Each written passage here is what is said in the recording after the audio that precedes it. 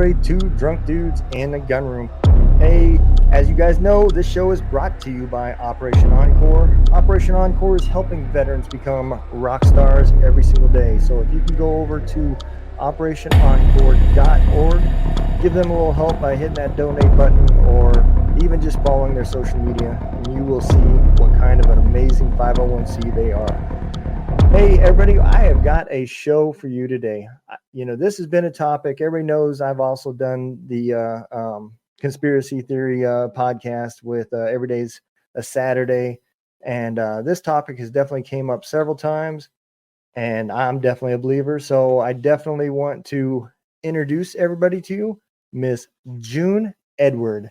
Miss June Edward is a platform psychic medium. Define that.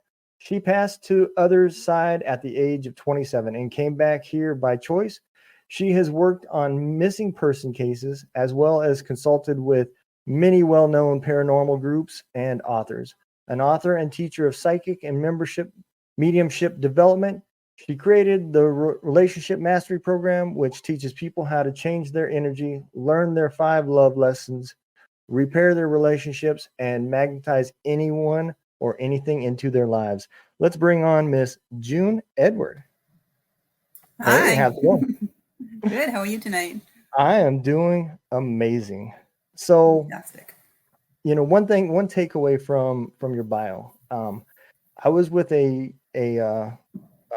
therapy group, and they introduced to me the love languages. I had never heard that before, and that's actually a really, really cool process. And I also had a guy on here that he turned the love languages into a game. So, I mean, there's a lot to take away from just that part of it. But a little side note, I just seen that in your bio. And, so these are love. Yeah, this is very, very different from what that is. The love languages is great, but that's kind of stuck in 3D type stuff. And okay. I try to get people to transcend that a little bit and connect with their soul and the real reason that they're here. And why do they keep getting into the same types of relationships? Why are you with the person that you're with?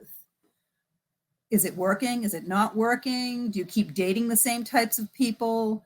That really gets down to the core 5 lessons that we're all here for. Okay. Yeah. Well, we're going to definitely dig into all this. Let's start out by the top part of your pile. Let's define what is a psychic medium. So everyone has psychic ability. You're born with it. It's that knowing. Right. Okay. It's, you're on the way to work one day and you just know you shouldn't go that way. You should take a different route and you avoid a 5-car pileup. That's your soul giving you that information, that knowing. And a medium is someone that talks to dead people. So I see energy. I see souls from the other side. I can talk to them. I died myself when I was 27. I came back here by choice. And I attribute the fact that I can connect to the other side so quickly, and I have such a strong connection to the other side, basically with quantum physics. We get down to the speed of light, right? Yeah. Speed of light's a little over 300 million miles an hour. And when your soul, which is pure energy, goes into that light and then came back into this body, my vibration is automatically much higher than most people's vibration. So I attribute that to my ability to be able to connect as quickly as I do. Okay. Can you explain a little bit what is that like when you're going to the other side and talking? I mean, I don't imagine it's like a Zoom or anything. So, your soul is much bigger than what's stuffed in this little body. Okay. And that's who you truly are. You're not the suit that you're wearing. So you have some of your soul in your body. People talk about seeing an aura above the body. That's the part of your soul that's right outside your body. And then the majority of your soul is actually in the 5th dimension, which is the lowest level of heaven. And that orchestrates the timing of the events that happen in your life. Because you plan this lifetime, believe it or not. You plan the events that are going to happen. There's no accidents.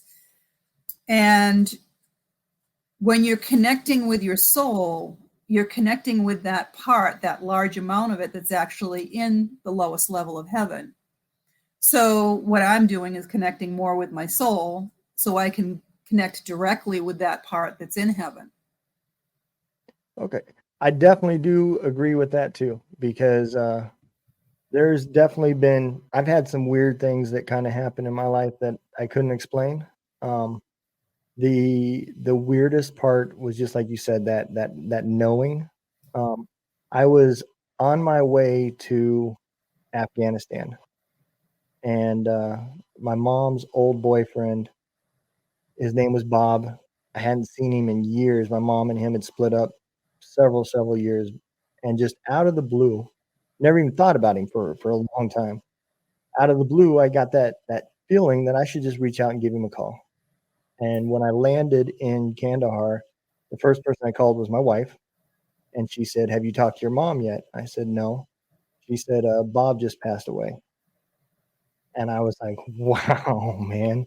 Yeah, it's amazing, huh? It That's what used is. to happen to me when I was a kid all the time because I was born with a lot of ability to begin with. And as a child, I was afraid of it. And, I would wake up in the morning and I'd have, 20, 30 people around my bed. I'd hear them call my names. I'd see the shadows. I'd be trying to hide. I was scared to death. And as I got older, I would know what was going to happen before it happened. And, I'd tell my friends and tell them in school, and they label you a freak real quick. So you learn how to keep Absolutely. your mouth shut. Yep. But anytime anybody died, even if I only knew them as an acquaintance, if another family member knew them, they would immediately come to me. And I'd tell them, listen, Joe Schmo died last night. No, he didn't. I saw him last night. So I'm telling you, he's dead. Sure enough, they'd check and he was dead. Wow. Yeah. So, so we all have a brain in our head, right? Yep. Most of us. Okay. So your brain is nothing more than a massive computer. It's there to help you process the information that you have. So when you listen to your soul, your brain will help you work through it. Okay. But your brain has a specific job. Your brain's job is to protect you. How does it do that? It does it by creating fear. So most people are making their decisions based on fear. And when you do that, it's literally a crapshoot. It's a 50-50. Sometimes it works out, Yep. sometimes it doesn't, but you're always questioning your decisions. Yep. When you learn how to make that decision with your soul, just like you heard, call Bob, you don't question it, you just do it. And it's always the right thing, and it works out 100% of the time. So what I do is I teach people how energy works, how the universe really works, how to get in touch with their soul, and how to make those decisions from their soul all the time, not from their brain, to get out of their head and make those decisions. And life, when you raise your vibration, this is when the law of attraction kicks in, because we're magnets. We're always either attracting or repelling. Yep. And then when you do that, your life becomes just absolutely amazing. You can really look at it from a higher perspective and see how everything in your life has happened for a reason and brought you to the next place and the next place and the next place and brought you to where you are now, because where you are at this moment is exactly where you're supposed to be. Always. You're I always there. definitely agree with that. So when I got out of the military, I wasn't in the best mental stability, and I was pretty lost. And I made a lot of bad decisions, not understanding why, and I just dug myself deeper and deeper into a dark hole. And here recently, now we'll fast forward 3 years, 4 years, I wholeheartedly believe what you just said, because since the podcast has started, my radio station for veterans has started, the nonprofit, I now feel more at peace and calm, and have been able to help myself go through some therapy, focus these last 18 months on myself and my mental health. And I feel a lot better I am now on my path. This is the path that was designed for Exactly. me.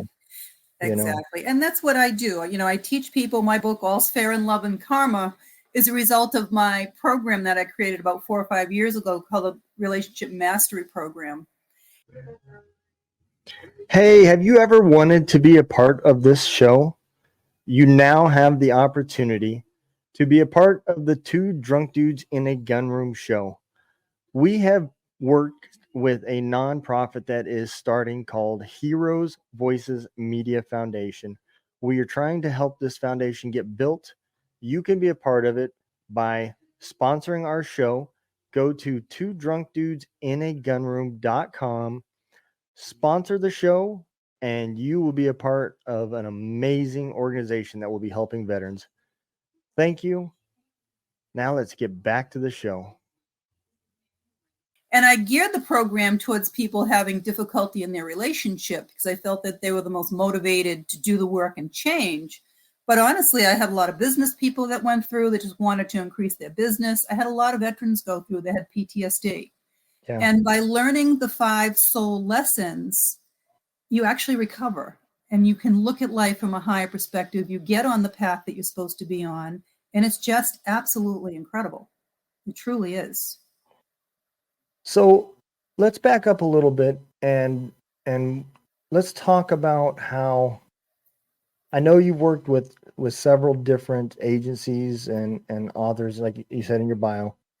What have you found that's the most rewarding now that you've accepted your gifts and they're not scaring you no more? So honestly, there's 2 things that are extremely rewarding for me. Someone finding me that is on the verge of taking their own life, and I'm able to absolutely change their entire outlook and their life around and put them on the path they're supposed to be on. And healing souls on both sides. So for instance, if someone comes to me and they didn't have closure from a child or a spouse or someone on the other side, or there was miscommunication, lots of things.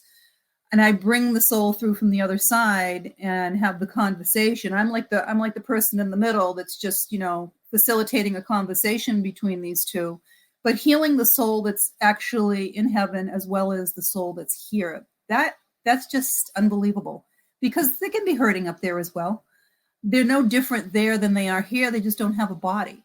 So if you're here and you're grieving them still, then they can't move on over there and enjoy being in heaven. They're stuck here grieving with you because they literally live vicariously through us once they lose their body.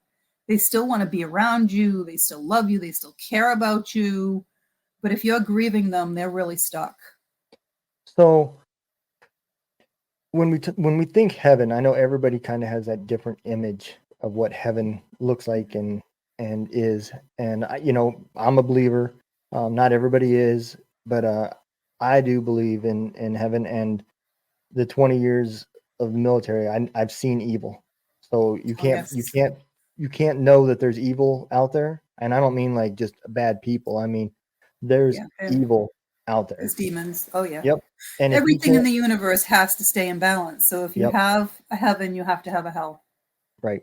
And that is that is why I believe in heaven, because I've seen the other side. And just like you said, you can't have happy without sad. You can't have heaven without everything hell. Has to stay in balance. Everything. Yep. So when we think of heaven, right, are they able to still like interact with us in a way from there? You say that they kind of still live through us. They're constantly trying to. So it's almost like a 2-way mirror. Okay. They can see you. They can hear you. A lot of them have a lot of energy and can even touch you and move objects and things like that. But it's like they're banging on the glass. You can't see them. They're banging on the glass saying, I'm here. Can't you see me? When somebody comes to me, even if it's just to do a reading and not mediumship, I'll see, anywhere between 200 and 500 souls standing around me, just hoping that they're going to have an opportunity to speak, be seen, something. I have it pretty militarized, to be honest with you. I have a gatekeeper that keeps everybody back there because as a platform medium, I'd have an audience of 200 or 300 people. Wow. And he would line up the souls so that would tell me who to call on, and that's the soul that would be coming through. And I don't work with random souls. I work with specific souls. So if you wanted to talk to Aunt Sally, you would tell me. Now, you wouldn't tell me, but you'd call her in your head, and that's who would show up specifically, and that's who we would talk to and who I would describe. Okay. When you're talking with random people, you spend hours just trying to figure out who they are, because everybody wants to sneak through. Oh, I'm sure. Absolutely. I kind of, you said it's militarized, I kind of just pictured, like basic training and everything where everybody's sitting there for mail call, just waiting, hoping, get a Pretty much. comment or something from home, you know? Excellent. And they're hoping you slip up. And, when I was first starting out and training and doing this, every now and then I'd have somebody for a general reading or an astrology reading. And then whoever wants to come through. And oh my God, if I ever fell for that, I spent 25 minutes one day describing someone. And she's like, oh, nope, I don't know her. Nope, I don't know her. I don't know it. Nope, no clue. Boom. Who was it? Their mother's next door neighbor's daughter. Wow. Okay, it was her mother that wanted to get a message to her, and she knew that this woman was going to see her. Okay, wow. that's how adamant they are about wanting to come through and bring messages to people. So if you can understand how the universe works and you can read the messages and see the signs, I also teach people how to talk to angels, because angels are real. Angels were not human. They are a completely separate race. Their entire existence is to help us. But there's rules there just as there are here. And their rule is that you have to ask. They cannot intervene if you don't ask. Just like if you lose a piece of jewelry and you need to find it, you ask St. Anthony to help you find it. Boom, he will in 2 seconds. But you have to ask or they can't help. Wow. And they talk in binary code and numbers and symbolism. So when you understand that, you can follow the breadcrumbs and the little pointers and where they're trying to take you in a certain direction. Well, I never thought about that as angels being, like you said, a different race, Yeah, they were not human. And I definitely didn't picture heaven like what you're describing either, So let me ask this, is heaven as peaceful as like religion depicts it to be, or is heaven more different than that? Every religion, there's thousands of religions. Okay, yep. Every religion is right. Every religion is wrong. Every religion's a little bit different, and yep. Every religion is a little bit the same. Okay, there are common threads, commonality that run through every religion, and I can tell you that because we are pure energy. Mm-hmm. Okay, energy cannot be destroyed. It can only be created or changed. So your energy, when it goes, you take with you 2 things. You take knowledge and you take love. And when I got there, I got a full life review, which less than 1% of people, I guess, that pass have that happen. And it's everything in your life that was important to you, everyone you loved, anything that brought you joy. And then I was told that it was not my time. I clearly had written an exit into my life because I'd had a very difficult life and I could have taken it if I wanted to. And it was a tough decision for a couple of minutes there until I remembered my children. And I knew that I had come here to begin with for my children. And had I not come back, I wouldn't have had my 3rd son. So that was the reason that I came back. The only reason I came back was for my children, because it's, if you could wrap yourself in a warm blanket of love in the dead of winter, it's the only thing I can think of that even comes near the immense feeling of love that's on the other side. It's just incredible. Now, not to say that there aren't different things going on over there, because there are. Heaven is a very interesting place.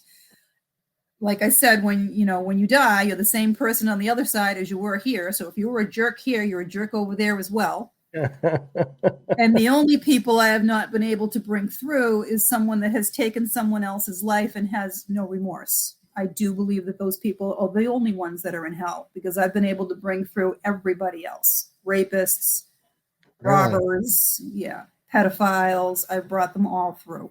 They are in heaven. They chose to come here and play that role here for some reason, to learn a lesson, to teach a lesson, to change someone's life, whatever. We plan this life before we come here. So there are no accidents. And we've interacted with these people for a reason. And you have to, every challenge in your life is just that. It's a challenge. It doesn't reflect upon who you are. It's a challenge for you to learn to overcome, no matter what it is.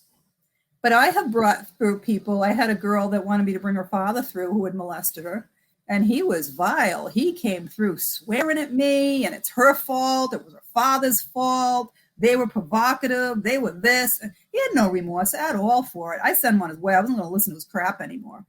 And she's like, well, I'm good. And he hasn't changed. He's the same as he was when he was here. So, but those people have a lot of, so those are less advanced souls. Okay. Everybody's seen a child that's, a young child that's old beyond his years. We call him an old soul, right? Because there are souls that are more advanced than others. And you go to the level of heaven. It was described to me like a layer cake because I've only been able to go to the 5th dimension. I'm not allowed to go beyond that until I pass again. But the 5th dimension is the level that I went to. But there are different levels. It was described to me that it's like a layer cake, and you go to the level based on how advanced your soul is and the belief system so that you're with kind-like people. Okay? Okay. And I saw my parents died a few years ago, both at the exact same age, on the exact same day, 1 year apart. And I was with my mom when my mom passed, and I watched her soul leave her body. And I actually saw her go to the other side and go immediately to my father and my 2 sisters. And the angel that took her, I asked him, he was sitting in her room during the night. I asked him what his name was. They're always teaching me from the other side. He said his name was Makael. Never heard of Makael. So I researched angel Makael, and it said it was the angel that brings advanced souls to the higher realms. So apparently they're more advanced souls. They had very difficult lives, and that's where they went. I did more research, and Makael is Archangel Michael as well. But had he told me his name was Michael, I would not have looked it up, and I would not have known that he takes advanced souls to the higher realms. Wouldn't have had any idea. They're always teaching me something from the other side. Wow. Yeah. Man, this is so different than what I pictured.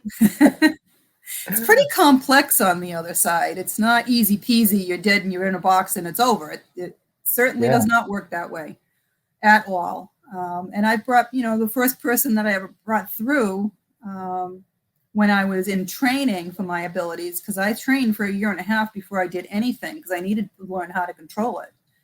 It was a friend of mine that I grew up with who had committed suicide when he was about 28.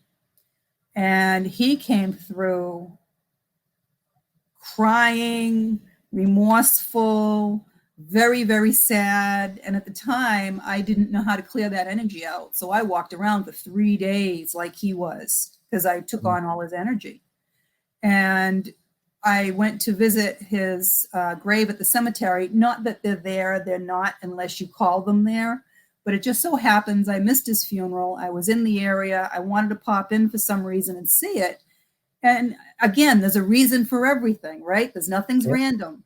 So when I went in and I had to look up the number, I went to find the grave and it was open. And I'm like, oh my God, why is this open, right? He showed up immediately to tell me that his parents had passed and that's who they were burying. And I didn't ask him what happened. Maybe it was an accident or something. I don't know because it seemed to be both of them at the same time, unless they had passed within days of each other. And he was very, very happy. He said he had, talked to them when they came to the other side. They understood everything that happened. They weren't angry and they weren't hurt anymore. And, he was happy again. Wow, that is awesome. Yeah. But if I had been able to talk to his parents years earlier, he would have been in better shape on the other side because he would have been able to make that connection earlier. Yeah. Yeah, that definitely makes sense. So let me ask you this from a military standpoint, right? Because I've asked chaplains this and everything else, and you were talking about people that had killed somebody. Soldiers in combat, there's a lot of death, and there's definitely a lot of bad stuff that happens. What about those kind of situations? So you have to remember, again, you planned this life before you came here. And this is basically you're acting in a movie. This is what you're doing. You're acting in a movie.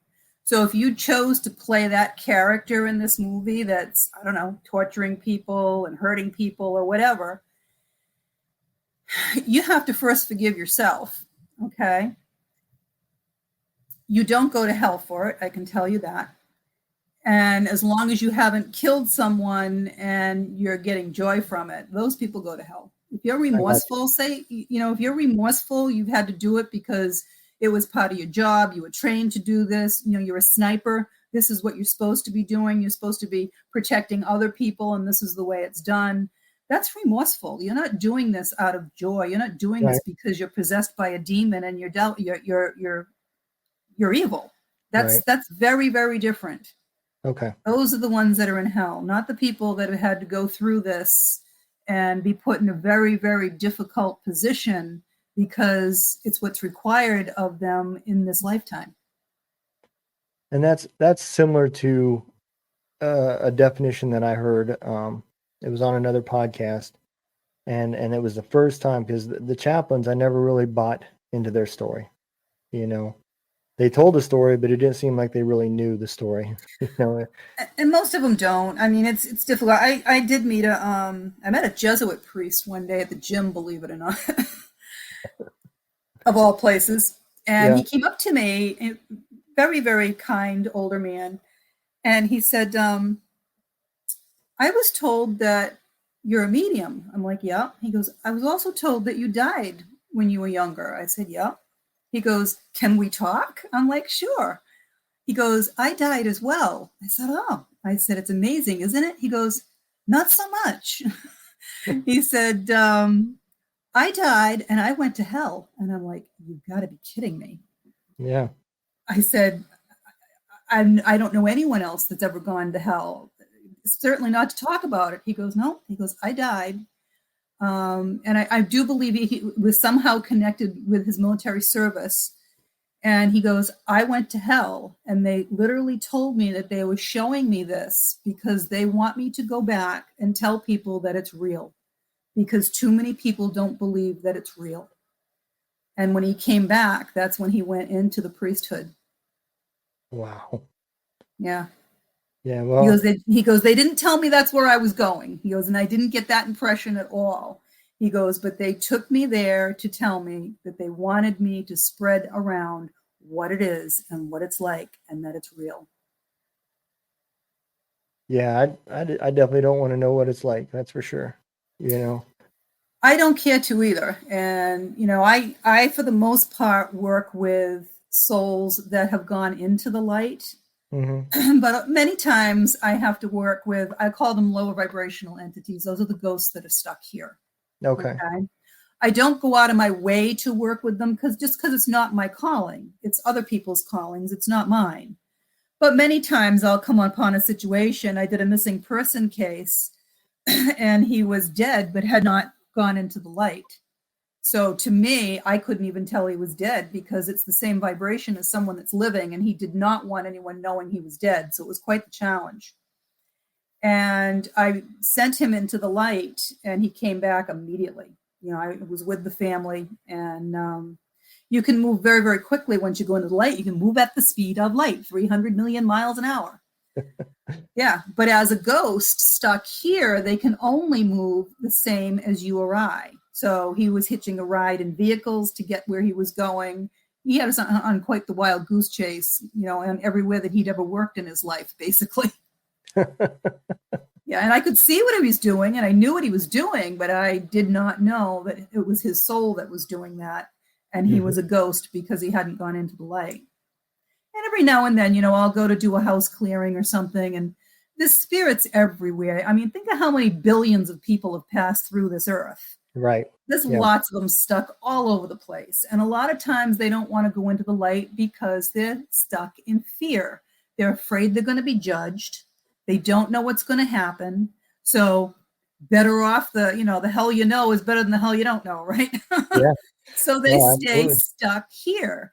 And I literally have to try and call on a family member from the other side to bring them through. So they're not afraid. Yeah. Man, I could just see how, one, I don't know how you do it. I would have gone insane already. But it's like that movie, The Sixth Sense, where people are all talking around and it's just like, it's a great movie. Chaos. And so I feel bad for a lot of them because they are very stuck here. It's hard for a lot of them. But again, I've met other mediums that that's their calling. It's just not my calling. Right. I have a different calling. But again, I was afraid of these abilities as a child. I remember my parents split up and I was 10 years old, and my job was to do the dishes every night after dinner. And I'm doing the dishes, and then there's this woman, probably about 45, who would come over every night, stand there and keep me company and talk to me. I didn't know nobody else saw her. I was the only one in the kitchen. So one day I asked my brother who she was, and he starts laughing, telling me, oh, yeah, that's the dead woman that was killed in the house. Her husband threw her down the basement stairs. And it scared me so much. She had to feel it because she didn't come back anymore. Wow. But yeah, I mean, when you don't understand it, it's very frightening. Knowledge is power, right? Yeah. And, even though I was blocking my abilities for many, many years, I was still very intrigued. I was one of these people, if I can't see it, smell it, and touch it, it doesn't exist. I love to look at the stars, but I mean, I can't quite fathom, the distance and how I just, because I can't see it, feel it, and touch it. Yep. When I died and I went to heaven, let me tell you, there was no denying it for me anymore. Yeah. And it took me a very long time to talk about it. It took me years. Every time I tried to talk about it, it was so emotional. I would just choke up and start crying. Oh, I can imagine. It was just incredible. It was incredible. It took me a long time. Even now, if I want to start getting into the feeling of it, it's just beyond words. It really, truly is. I'm enjoying the ride here. I'm enjoying the roller coaster. I'm fulfilled with everything, helping people. But I do look forward to the day I go back. I won't lie.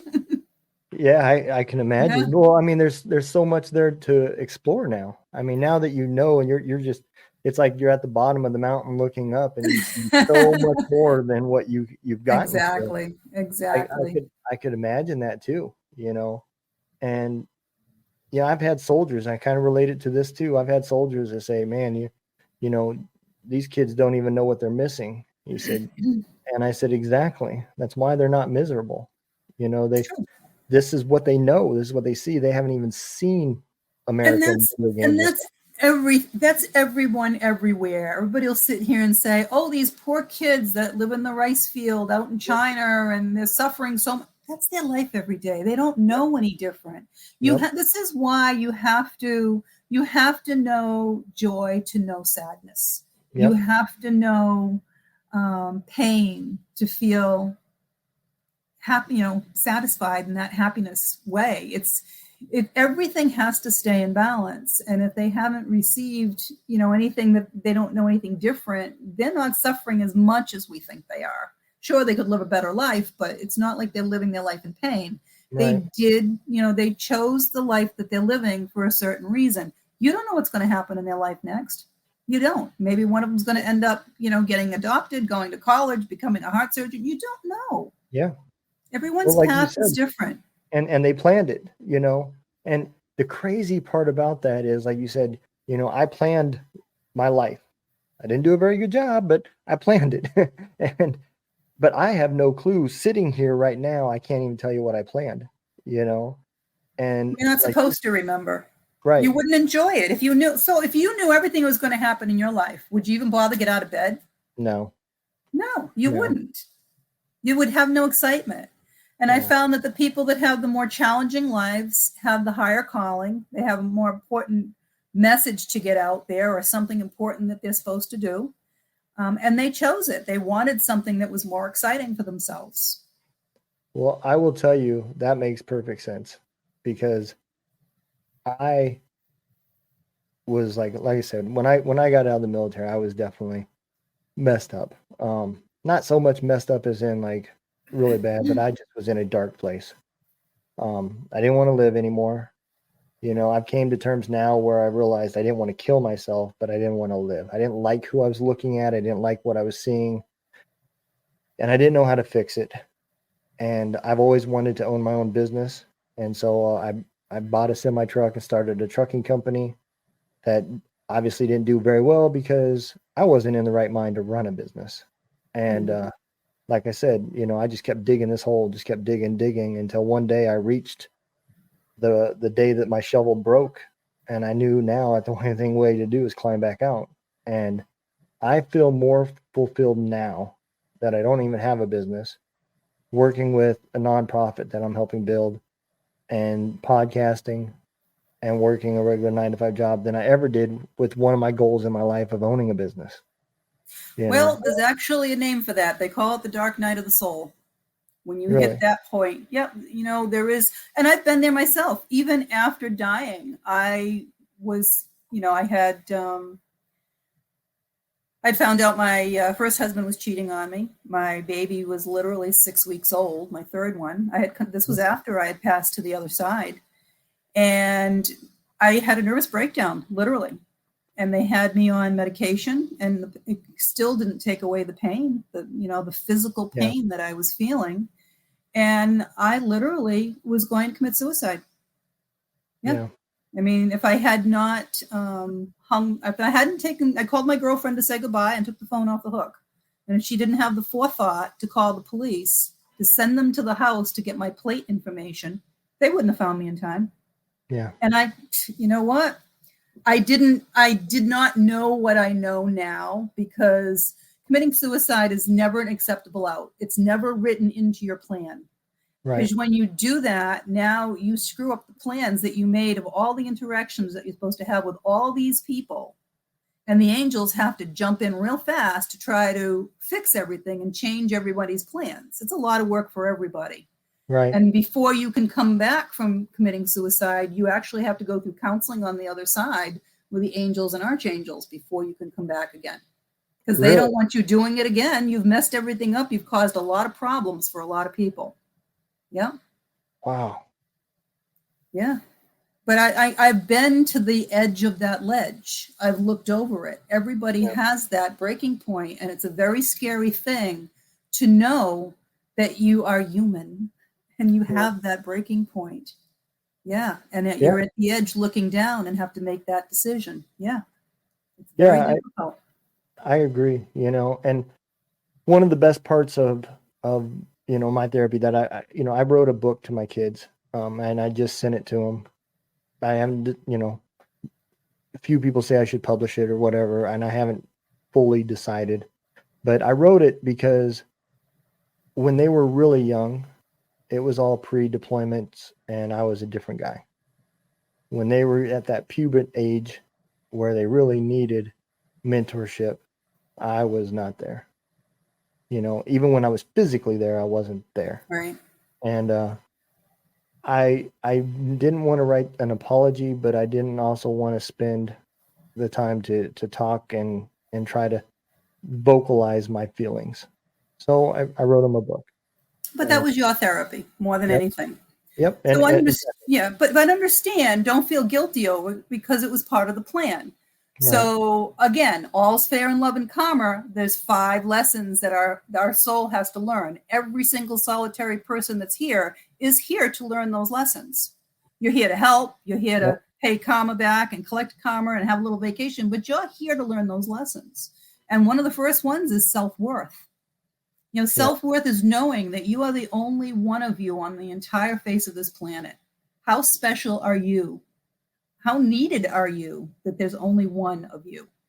Okay. Yeah. And it's not, and it's not about value, because value is what other people place on you. It's self-worth. It's knowing that you are the collective. You are much more valuable and more collective than when anyone else can put a value on. And it is not narcissistic, and it is not selfish to put yourself first. It's where everything else comes from. If you can't take care of yourself, how are you going to be here to take care of anyone else? You're not. Yeah. So it all starts with you being the most important thing. That's where it starts.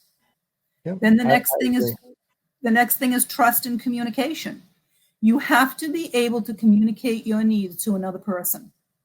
Okay? Doesn't matter who it is, whether it's a significant other, whether it's a child, whether it's an employee or an employer. You have to be able to communicate your wants and your needs. And you have to trust that there is a higher power and that there is a plan and that nothing's being done to you. Everything is being done for you. Okay? All right. And you also have to trust the person enough to be able to communicate to them what it is you want and you need. And then sex is just another form of communication. If you can't communicate outside the bedroom, you're never going to be able to communicate inside the bedroom. That makes sense. Then you have unconditional love.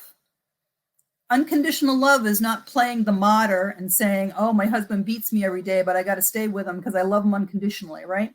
Right. No, that's when self-worth steps in again, right? Because every lesson reinforces the previous lesson as well. Make sure you learn them all and remember them. Unconditional love is saying, listen, I'm really grateful that we had this time together. I'll always love that time. I'm grateful that we had the kids together, whatever. But I'm not getting joy. This isn't doing anything productive for either one of us. It's time for us to part ways, and I wish you all the best. That's unconditional love.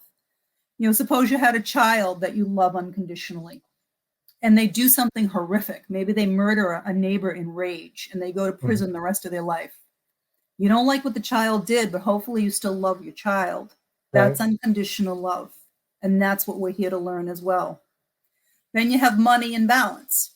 Everything in the universe has to be in balance. You have to be able to, have an even exchange of energy. Money is energy. That's why it's called currency. Okay. And we don't walk into a grocery store yet and drop down $10,000 to buy a bunch of bananas. But money highlights whether or not you're in balance so that you're having that even exchange. Suppose all you do is work 40, 50, 60, 70 hours a week, right? Yep. Just because you want to earn more money. Well, now your life's going to be out of balance, right? You're not going to have any time for your family, your friends, to take care of yourself. It's highlighted by the money. And then you're just saving the money. Yep. Well, you're saving the money. You're hoarding the money. You want to make more money. You want to keep money. Guess what? You don't even value yourself enough to spend the fruits of your labor on yourself. Now the self-worth is kicking in again. Hey, let me tell you guys about an amazing organization that is being built right now. It is called Heroes Voices Media Foundation, and it is an organization that is using media to help veterans express themselves and tell their stories using media, as in podcasting, like the Two Drunk Dudes in a Gunroom show. It is also using music like Gunroom Radio. And it is also using books like What Is Coming Soon with Warrior Words. So if you would like to help, go check out Heroes Voice Media Foundation.org. You can find it at our Facebook page, and you can also find it in the description of this episode. So let's get back to the show. Yeah. Right? Yeah. And then the last one is patience. And that's a big one because we live in a world of instant gratification right now, and everybody wants everything now or yesterday. They want Uber to deliver. It's just insane. And things come to you when they're supposed to. Your higher self, your part of your soul that's in the fifth dimension, that's what works the timing of the plan that you made of when things are going to come to you. It may be that every little 6-year-old girl wants to get married, right? And have babies. Well, Jesus, you don't want that happening at 6, right? It happens when it's supposed to. Right. Maybe it'll happen when you're 30. Maybe it'll happen when you're 40. Maybe they won't even be your kids. Maybe you'll marry a widow and raise his kids. Whatever you wrote into your plan, as long as you know it's what you want, the universe will bring it to you. Just not always the way or the time that you think it's going to happen. Right.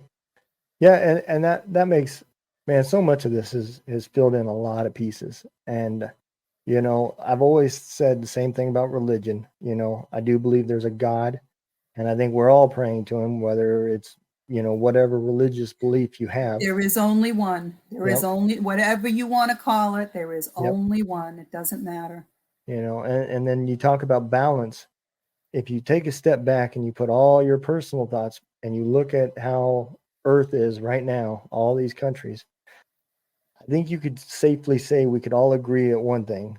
it's out of balance. It is. It happens every few eons, whatever. But it's good and evil, and the good and just like for us, balance plays out with money. For evil and good play out in politics because that's where the power is held in the world. So this is an imbalance of good and evil in the world right now.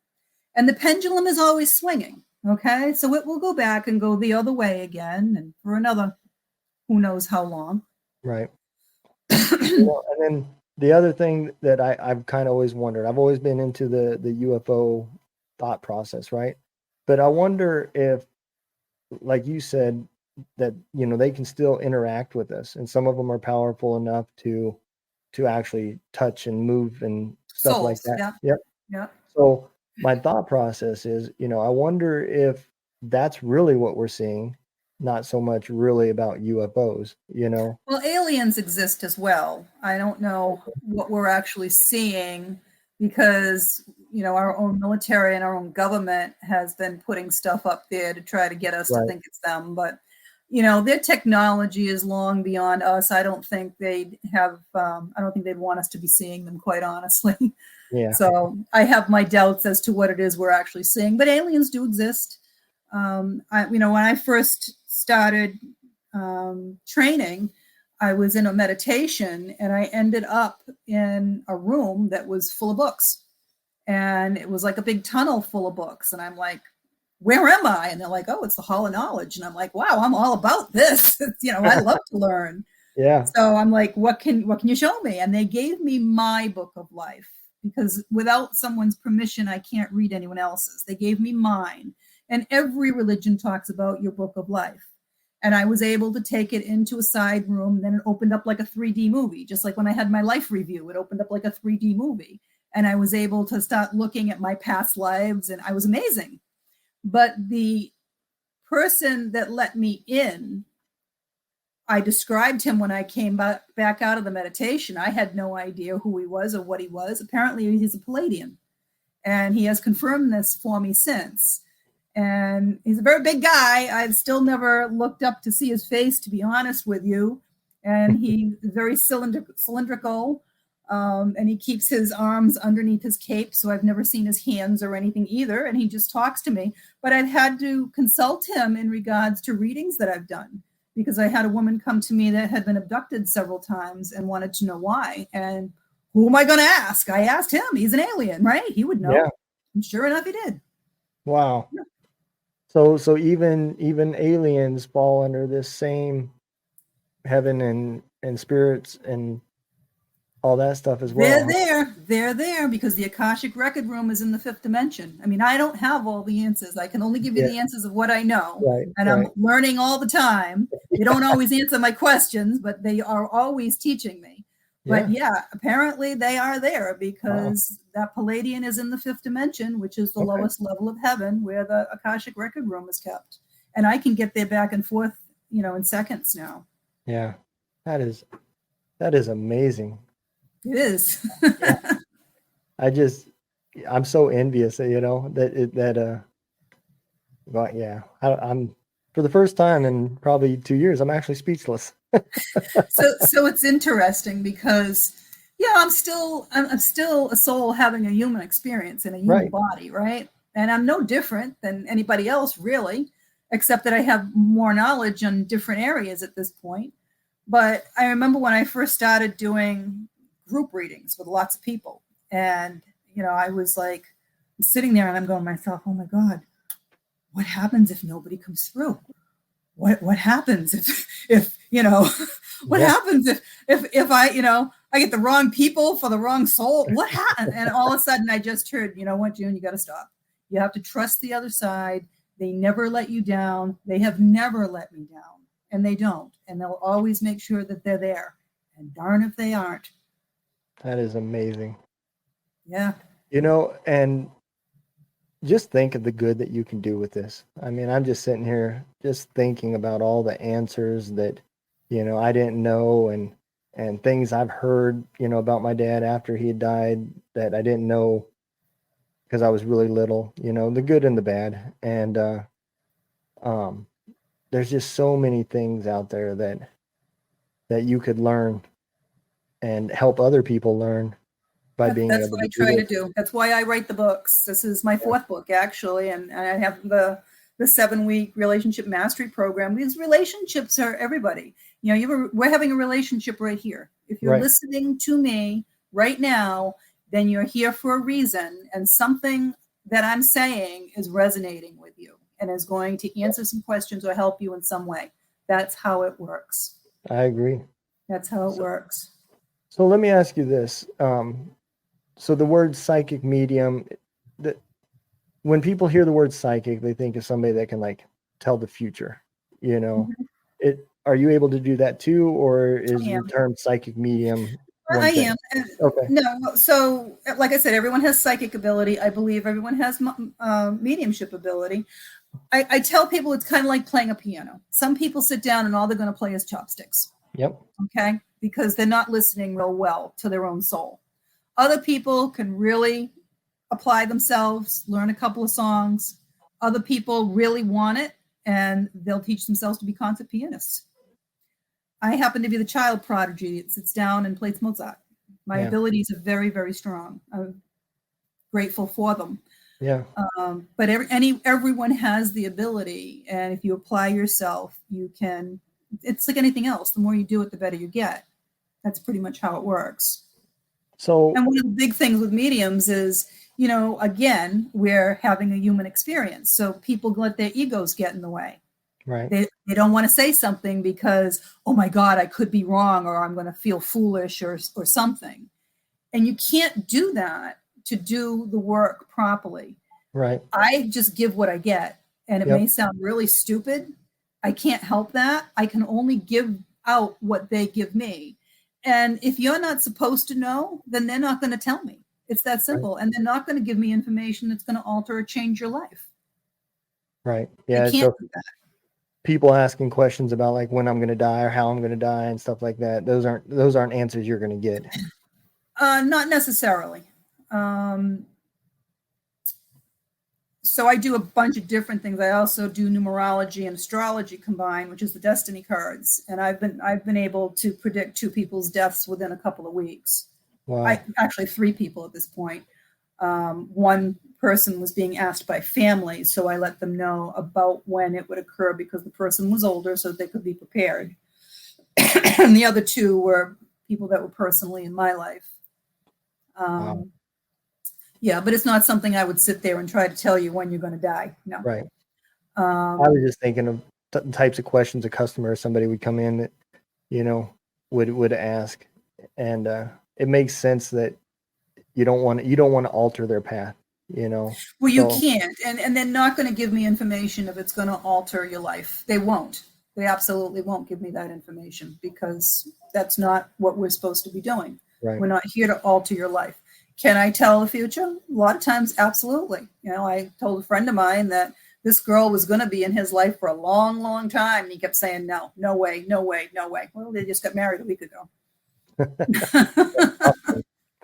Yeah.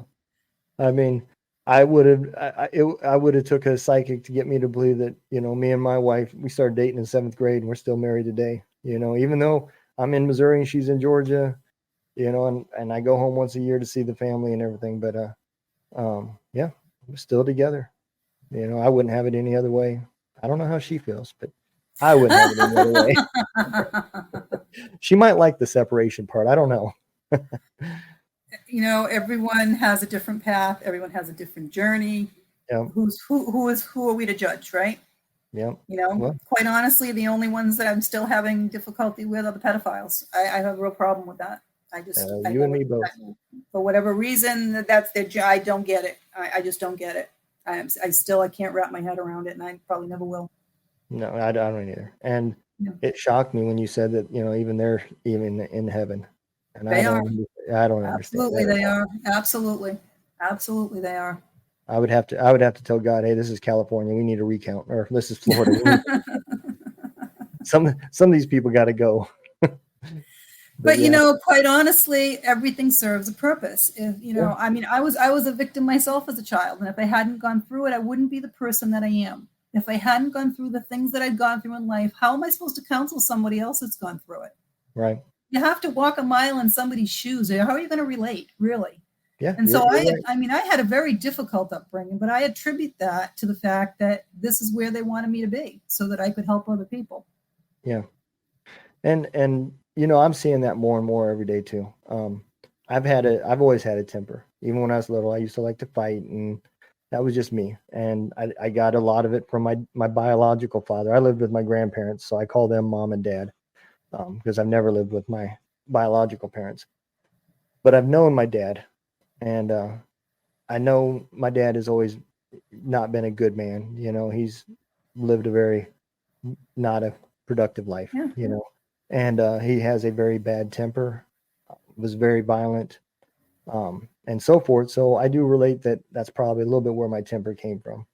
And the stuff I went through the military, all that did was just increase that, more so of compressing feelings and not having any out. So again, you planned it. So what lesson was it that you needed to learn? Trust and communication, probably, and self-worth. Yeah. And yeah, trust is a huge thing for me. Yeah. I always feel the need that I have to tell people when they meet me, just to let you know, my biggest pet peeve is lying to me. If I find out you lied to me, you're going to be on the outside of a circle, and I don't know if that there's any coming back in.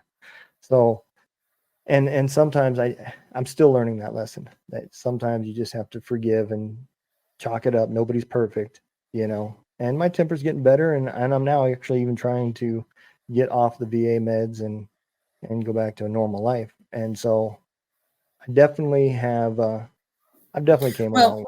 What I've learned is that if you're on medication, you can't connect with your soul. It just clouds your mind, so you can't get out of it to connect with your soul. Yeah. I've had, like I said, I've had a lot of people go through the program that were on, the depression medication for PTSD or manic depression or different things.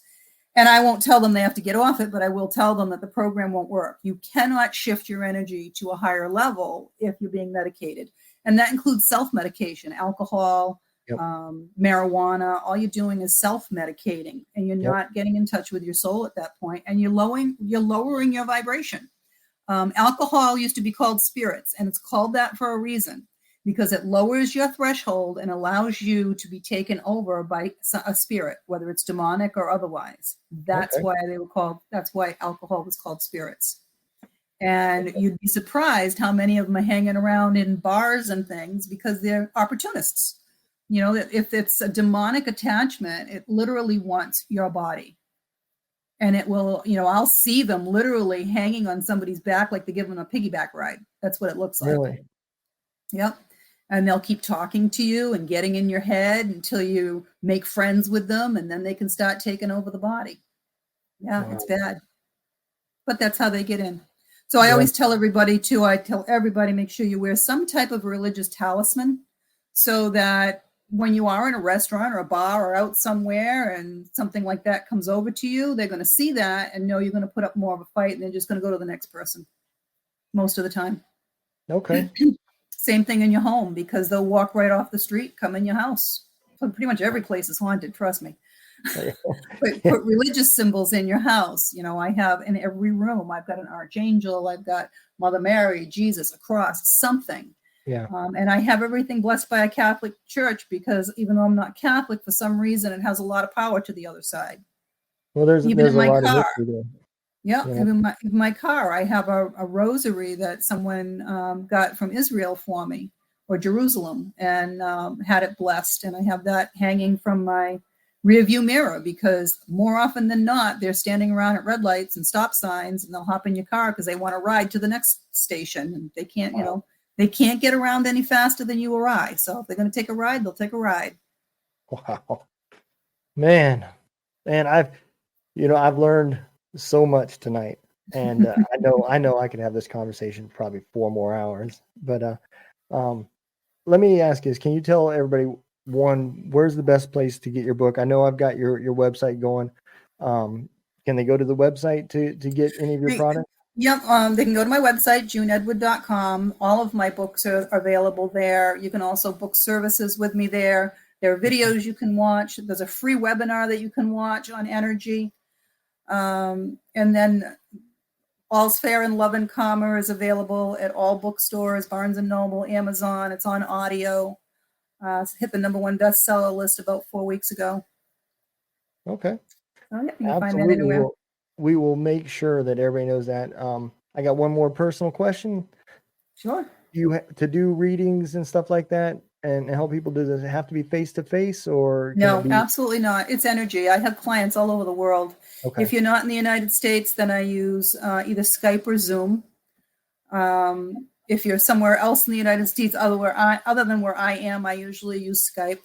Okay. And it's just energy. So, I just did a missing person case last week. It's just, I'm picking up on their energy is what I'm doing. Wow. Okay. Yeah. Absolutely. Well, Miss June, why don't we go ahead and say goodbye, and then we'll I'll throw the little end the show video. Man, I've had such a great time. I'm definitely going to have to ask you to come back, and we'll definitely do another hour segment another day. But you have gave me so much more to think about. I have definitely, I don't know, a lot of the stuff that you just said, man, pieces of a lot of things I've always believed together. So my first book is on the website as well, A Night on the Other Side, and that will teach everyone how to meditate properly, how to get in touch with their soul, how to clear their homes out, all that kind of stuff. Everything that I used to teach, I put in that book. Okay. And I think that would definitely be the best place to start for somebody, because if you can't get to know yourself and meditate, just like you said with the antidepressants and stuff. Well, I put the meditation directions in all my books. So All's Fair in Love and Karma has a whole section on it as well. Okay. Yeah, because it takes away your balance. There's no happy, there's no sad. You're just here. So exactly. That makes sense. Here's a nice place to be. Yeah, some days. Some days I'll take here. But the other days I like that roller coaster too sometimes, Well, the highs aren't so high and the lows aren't so low. They're still there. Yeah, you're right. Well, I'm gonna go, like I said, go and throw this. If you don't mind hanging on for afterwards, we'll chat for a few minutes. Thank you. All right. You guys take care. Everybody be safe, man. We will see you for the next episode. I hope y'all enjoyed it as much as I did, because I definitely learned a lot. So if y'all ever want to get a reading, JuneEdwards.com or JuneEdward.com, no S, and I will make sure all the links are posted in the bottom and everything we do. So you guys will, anytime you see it, you'll definitely be able to get there. Y'all take care. Be safe. Love y'all.